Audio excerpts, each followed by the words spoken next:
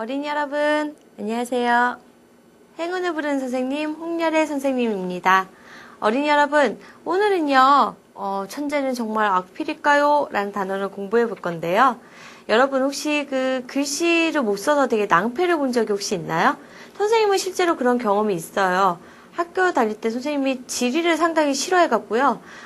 필기를 너무 하기 싫은 어느 날 막 그걸 대충 썼는데, 시험 준비할 때 그 필기한 내용을 못 알아봐갖고, 네, 그 문제를 몇 개 틀려본 경험이 있거든요. 그래서 여러분도 아마 그런 비슷한 경험이 있는 친구들도 많을 거라는 생각이 듭니다. 그래서 글씨 쓰는 게, 왜 그냥 뭐 쓰면 되죠. 뭘 예쁘게 쓰고 뭘 그래야 돼요? 하는 친구들도 있을 텐데요. 오늘 이 시간을 통해서 여러분의 인식이 바뀔 것입니다.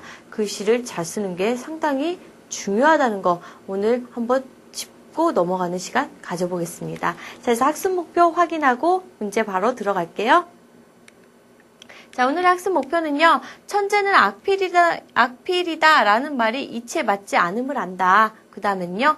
겉으로 보이는 사실 외에 숨은 뜻을 안다. 그래서 이 두 가지 여러분들이 유념하고 따라오면 되겠습니다.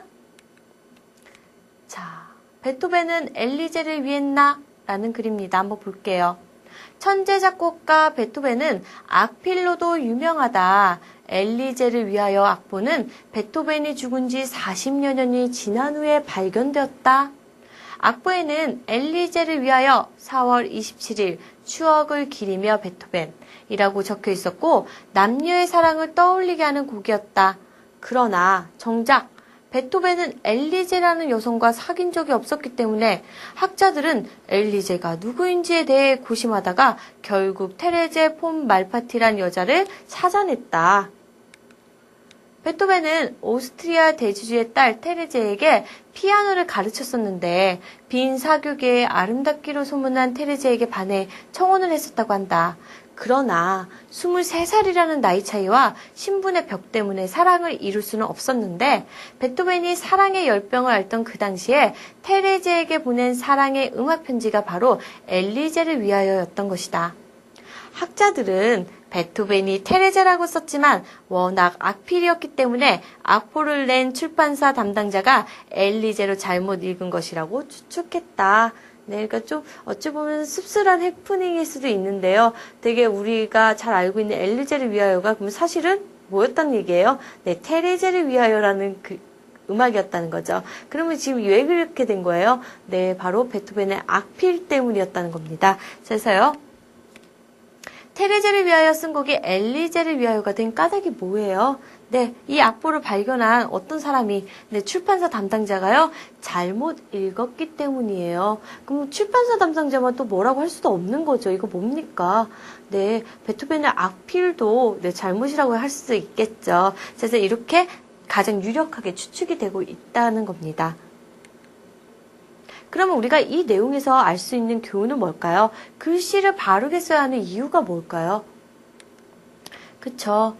다른 사람들이 못 알아볼 정도로 써서 정보가 잘못 전달될 수도 있고요. 자신의 생각이나 의사도 바르게 전달하지 못하는 경우가 생길 수 있기 때문입니다. 그래서요, 글씨가 너무 악필이다 보면요. 선생님도 실제로 학생들을 많이 가르치다 보면 악필인 친구들이 많아요. 그래서 그런 글씨체를 뭐 당장 교정을 할 수 없지만 그래도 최대한 예쁘게 쓰게끔 지도를 하는 편이거든요. 근데 또 뭐 긴 글을 쓰거나 논설을 쓸 때 그거를 이제 체크를 하기 위해서 친구들의 이제 글 쓴 걸 한번 이렇게 훑어보는데요. 글씨를 너무 이렇게 악필로 쓰는 친구들은 보는 사람 눈조차 상당히 피곤하거든요. 그러다 보니까 어떻게 돼요? 좀 덜 보게 되고 덜 관심을 갖게 된다는 그런 단점도 있습니다. 그러니까 그런 부분들을 유념해서 여러분들 지금 악필인 친구들은 고치기 위해서 노력을 해야겠죠. 자, 그럼 한번 보겠습니다. 그럼 우리가 천재는 정말 악필일까요? 라는 거 한번 의문 해결해 보겠습니다. 글씨를 되는 대로 아무렇게나 써놓은 모양을 개발이라고 한다.